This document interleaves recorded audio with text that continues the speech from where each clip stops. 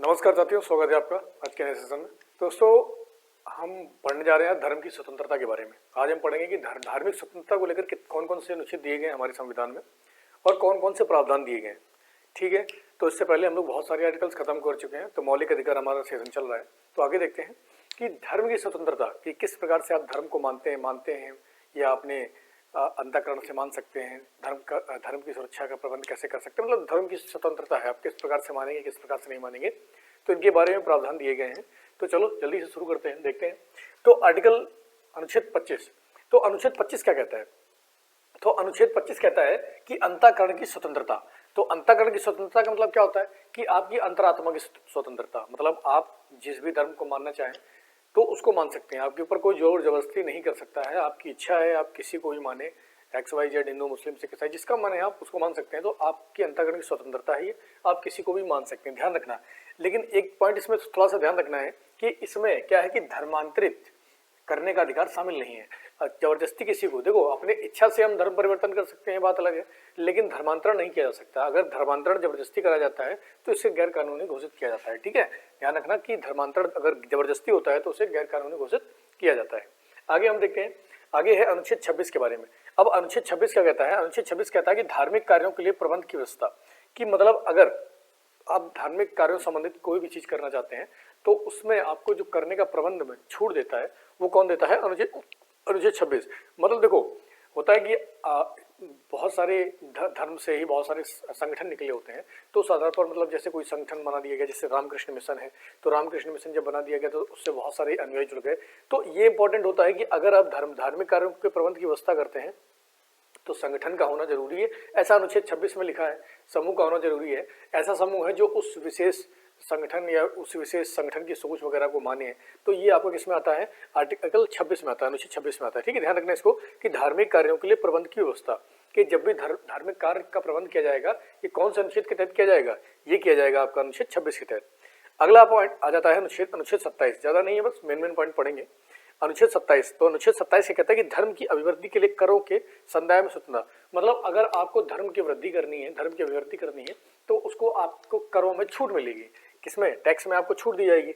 अब ध्यान रखना कि अब इसमें कुछ प्रावधान जान लेते हैं कि राज्य कर के रूप में एकत्र धर्म के उत्थान पर खर्च नहीं करेगा। अब इसमें ये है कि मान लीजिए अगर कोई राज्य जो है वो अगर कोई राज्य टैक्स लेता है, तो राज्य जब टैक्स लेगा तो उस टैक्स का पैसा किसी विशेष धर्म के लिए खर्च नहीं कर सकता है, मतलब धर्म के उत्थान के लिए खर्च नहीं करेगा।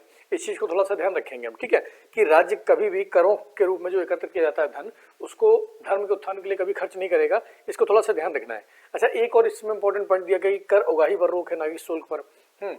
धार्मिक कार्यों के लिए टैक्स नहीं लिया जाता है, ये चीज है, लेकिन अगर एक फीस लगती है, शुल्क लगता है किसी चीज देखने पहुंचने कुछ के लिए, तो उसकी मनाही नहीं है।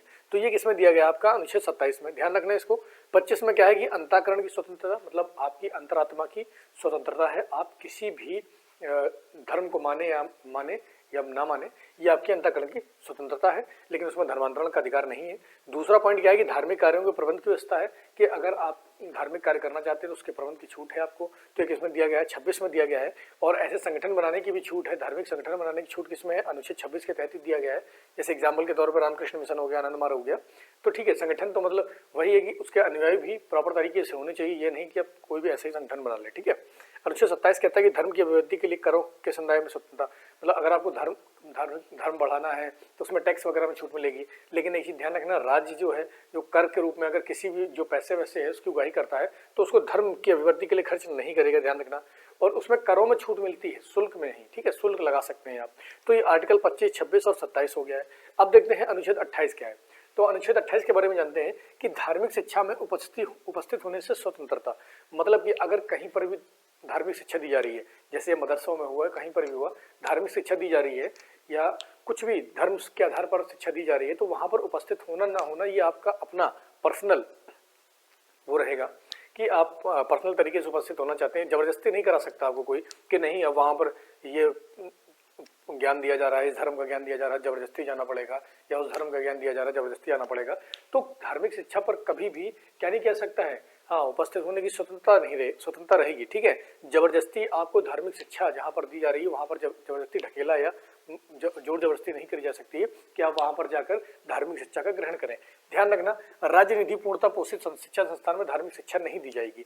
ये एक इंपॉर्टेंट चीज है जो एग्जाम में आती है कि अगर राज्य द्वारा पोषित कोई भी शिक्षण संस्थान है, कोई भी स्कूल है, कॉलेज, अगर राज्य चला रहा है उसको, तो वहां पर कभी भी धार्मिक शिक्षा नहीं दी जाएगी। ध्यान रखना इस चीज को, धार्मिक शिक्षा नहीं दी जाएगी। हाँ, अगर राज्य वहां पर कुछ चंदा वंदा दान करता है तो क्या हो सकता है ऐसा, हाँ, तो स्वच्छ तरीके से हो सकता है कि अगर स्वेच्छा से वो करना चाहे तो धार्मिक शिक्षा दे सकते हैं, वरना जहां पर राज्य पूर्णता क्या करता है, पोषित करता है, तो वहां पर धार्मिक शिक्षा नहीं दी जाएगी। ये आपका अनुच्छेद 28 कहता है। तो ध्यान रखना। 25 क्या कहता है कि अंतःकरण की स्वतंत्रता, कि हमारी अंतरात्मा की स्वतंत्रता है कि हम किसको माने या ना माने। 26 कहता है कि धार्मिक कार्यों के प्रबंध की व्यवस्था, मतलब कोई संगठन या कुछ भी बना ले हम, तो प्रबंध करने की जो व्यवस्था है किसमें है, 26 में है। 27 में क्या कहता है कि करों में छूट देना। 27 है कि धार्मिक कार्य के लिए करों में छूट दे देना। और जो क्या है कि राज्य कभी भी कर जो एकत्रित करता है वो धार्मिक कार्य के उत्थान के लिए नहीं करेगा।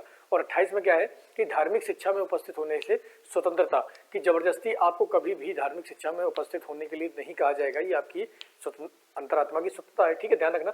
और राज्य निधि पूर्णता पोषित जो शिक्षा संस्थान है कि जिनको सरकार पूरी तरीके से पैसा मुहैया कराती है, वित्त मुहैया कराती है, तो वहां पर धार्मिक शिक्षा नहीं दी जाएगी।